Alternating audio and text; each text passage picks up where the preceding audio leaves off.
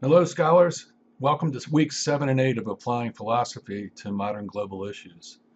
I'm looking forward to checking out your projects tonight and seeing what you have to say about your presentations. They all look pretty interesting to me. I'm also looking forward to hearing about how the collaborative process has gone among you and with your partners. What worked? What could be done better next time? Be honest, but also be nice.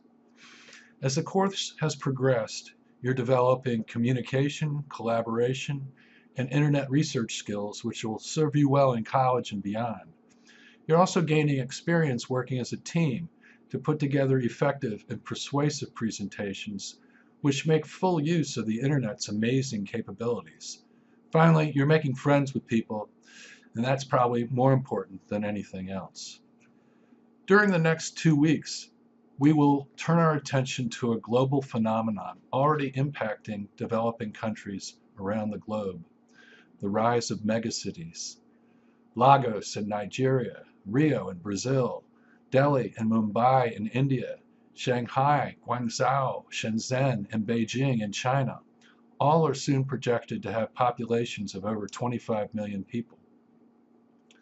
As the 21st century progresses, huge internal migrations are taking place as more and more people are leaving behind rural farmlands and tribal homelands to move to the biggest cities in the world. And these migrations are only beginning. As seas rise and deserts spread due to global warming, even more people will be on the move. They come to the big city seeking opportunities within growing economies where stories abound of entrepreneurs who've made millions. But the poor often come with nothing and must crowd into slums and favelas where even the most rudimentary services do not exist. No sanitation for plumbing, no plumbing for sanitation and cooking, ramshackle housing, hopelessly inept schools, and rampant crime. Yet still the people keep coming.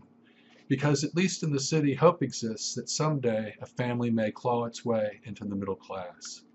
What is to be done about the situation of the impoverished in the emerging megacities of the 21st century? Should the government take responsibility for the health, education, and safety of the people who live off the grid? Or should the government concentrate on growing the economy to create more opportunities for the enterprising, leaving the poorest of the poor to struggle to survive on their own?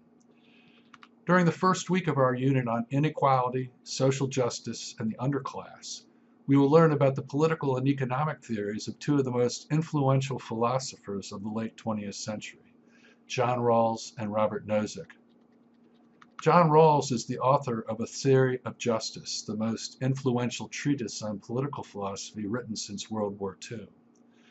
Rawls justifies asking the rich to redistribute more of their income by asking them to imagine a society in which they cannot choose the class into which they are born.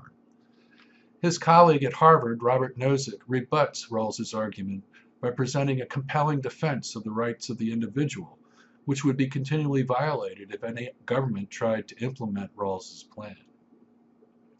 Later in the week, we'll fan out across the globe on an internet hunt to find stories from the largest cities in the world.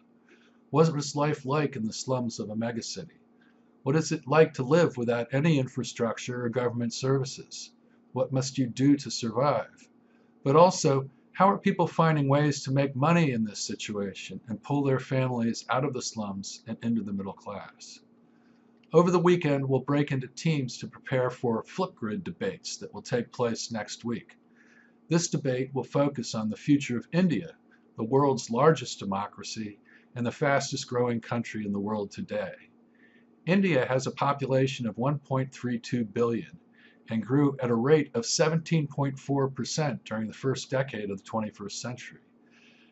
The country is on course to surpass China as the most populous country in the world at some point in the next 10 years, perhaps sooner.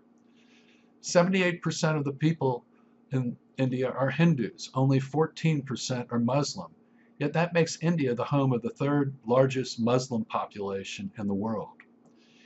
India's economy has been growing rapidly since 1991, when the government turned away from socialism and embraced liberal pro-growth economic policies. The country's per capita GDP now stands at $1,861 per person, which stands about 142nd in the world. But the Indian economy has the fourth fastest rate of growth in the world at 7.6% a year. India now possesses a middle class of over 7 million people, and that number will surely double over the next decade. Business entrepreneurs from around the world are now competing for a share of that massive market. Yet today, more than 276 million Indians live below the poverty line. That's 24% of the population, and the poor are literally on the move. 7 of every 10 Indians still live in a rural region, but India's cities are now growing at rates of over 31%. A massive migration is underway as Indians give up their traditional farms and villages to move to mega cities. Massive economic change, rapid urbanization, a rapidly growing middle class, huge poverty, and cultural transformation. India will be one of the major stories of your generation. So next week we will debate the best course in the future for India. How should its government deal with the problems its megacities will face? Should it tax a growing middle class to provide services for the poor who live in vast slums? Or should the government instead pursue policies which benefit business and create greater opportunities for all? To prepare for these debates, we'll study the ideas of two giants of Indian economics, Amartya Sen and Jagdish Bhagwati. Both take similar positions to Rawls and Nozick, respectively. These two intellectuals have been principal antagonists in a public debate over the benefits of development versus growth over the past several years. This debate impacted public opinion in the 2014 election, which brought the current Prime Minister, the BNP Hindu nationalist candidate, Narendra Modi, to power. Sen argues for the ways that government commitment to improving the health and education of the poor will lead to greater productivity for the economy as a whole. Bhagwati argues that such massive social programs would slow economic growth and actually harm the chances of poor people to escape poverty. So here's the debate resolution for next week. Resolved, India must embrace Prime Minister Modi's low-tax, pro-growth policies and cut back on social spending in order to maintain a rate of economic growth which will eventually lift the poor into the middle class. So, let's get started by exploring the contrasting visions of justice articulated by John Rawls and Robert Nozick.